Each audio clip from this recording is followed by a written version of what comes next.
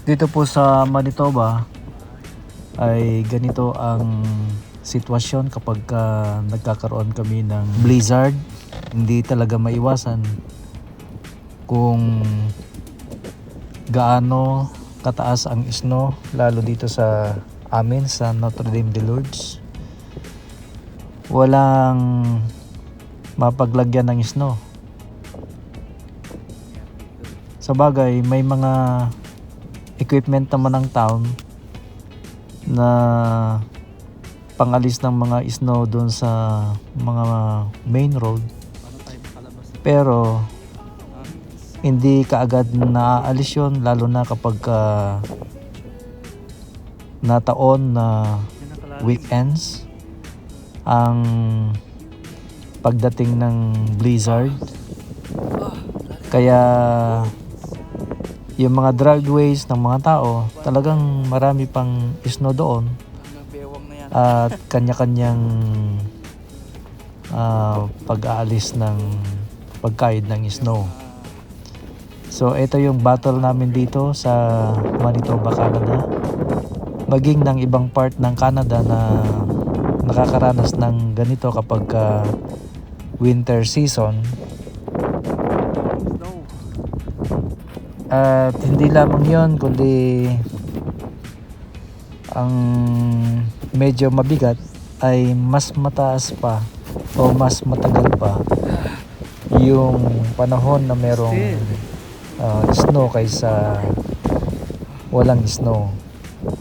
Kaya kung makikita nyo mga idol, ito nagbagsak lang ng ano lang ito, isang araw lang ito. Napakarami ng kanyang binagsak na snow. At ito ay umpisa pa lang ng nangyari ito, October pa lang ng 2019. So talagang ito yung sinasagupa namin every winter dito sa Manitoba. Kaya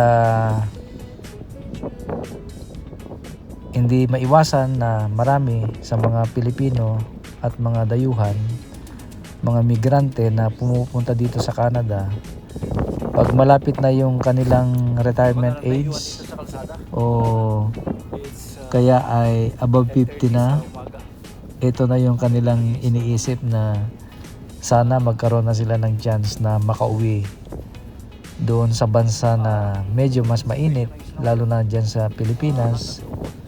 Dahil kapag tumatanda, syempre iba na rin yung immunity mo doon sa lamig, di ba? Kaya kahit na pagod yung katawan ng mga karamihan, kahit na nag-i-snow ng malakas, talagang pinipilit pa rin na pumasok ng trabaho dahil hindi naman tumitigil yung pagdating ng bills, yung mga kailangan na babayaran, di ba? Oo. Kaya yun ang hindi nararanasan ng mga ibang tao, lalo na yung mga nandyan sa Pilipinas. So hindi lahat ng panahon ay maganda dito sa Canada. Malinis yung snow, pero kapag kasobra-sobra naman ay nagdudulot talaga ng perwisyo. At kapag bumagsak naman yung temperatura at natutunaw na yung yelo, yun naman magkakaroon ng problema naman sa flooding. At saka kapag nag-melt yung snow and then lumamig ulit sa kinagabihan, pagdating ng umaga madulas na yung daan. So maraming mga nadidisgrasya dito na tatapilok o kaya nadudulas. So talagang kailangan mo rin ng kapag dumating yung snow, kailangan kayurin ka agad habang maaga ka pa, kasi madali lang kayurin yung snow dahil magaan lang yung snow. Pero pag pinabayaan mo at naapakan, yun, titigas na yun. hanggang sa mag-accumulate ng snow, maging ice. At yun na, pagka medyo nagme-melt and then lumalamig ulit, so tumitigas, so nagiging madulas na siya. Kaya yung iba talagang after na magbagsak ng snow, kinakayod nila kaagad. Kagaya nitong nakikita nyo. So ito,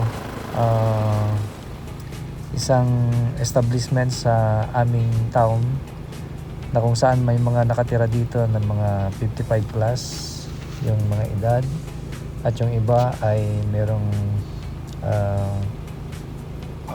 tawag nito yung mga PWD. So hindi po pwede na yung mga facilities na ganito ay hindi ma-clear out kagad yung mga snow, at kailangan malagyan din ng ng mga pang melt ng snow, o kaya para gumanda yung traction, naglalagay ng sand o kaya yung snow melter na salt. So yun ang palaging tinitingnan ng town, yung kailangan na safe yung mga daanan. Kaya yung iba naman, yung ibang mga town nga, talagang meron silang kontrata doon sa mga yung mga truck na nagki-clear ng snow, tapos naglalagay din ng sand para maiwasan yung pagiging madulas ng snow. So thank you guys sa inyong pagbisita ulit sa aking channel, at nawa ay nagustuhan nyo yung finiture ko na video na to. At kung